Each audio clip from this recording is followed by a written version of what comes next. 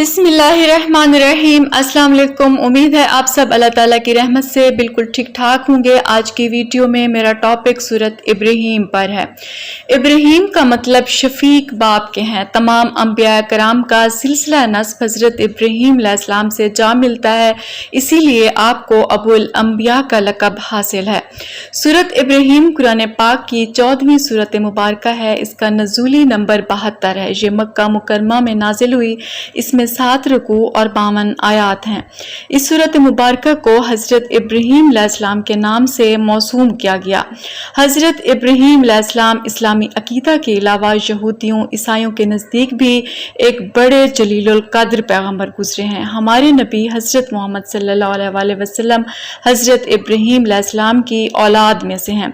تورات کی روایت کے مطابق آپ کے اور حضرت نوح علیہ السلام کے درمیان 10 پشتوں کا فرق ہے۔ آپ ان کی 11ویں پشت میں سے تھے۔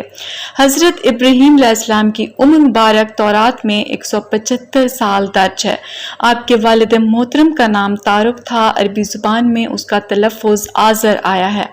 آپ کا آبائی وطن بابل تھا۔ جدید جغرافیہ میں اسی کو ملک عراق کہتے ہیں۔ آپ کی ولادت بقول تورات اور نامی شہر میں ہوئی۔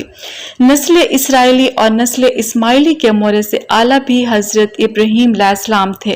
توحید کی علم برداری نسل اسرائیلی سے اس کی مسلسل نافرمانیوں کی پاداش میں چھن کر اسماعیلی پیغمبر حضرت محمد صلی اللہ علیہ وسلم کو جا ملی۔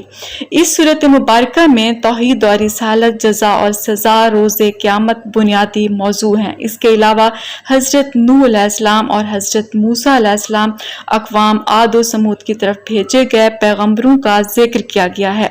راہ خدا میں خرچ کرنے کی ہدایت کی گئی ہے۔ حرم کعبہ حضرت ابراہیم علیہ السلام کا دین اسلام قرار دیا گیا ہے۔ امید کرتی ہوں آپ کو سورت ابراہیم کی توجیہ جان کر بہت زیادہ اچھا لگا ہوگا۔ انشاءاللہ تعالی نیکسٹ ویڈیو میں کسی نئے انفارمیٹیو ٹاپک کے ساتھ آپ کے ساتھ پھر ملاقات ہوگی۔ تب تک کے لیے اللہ حافظ۔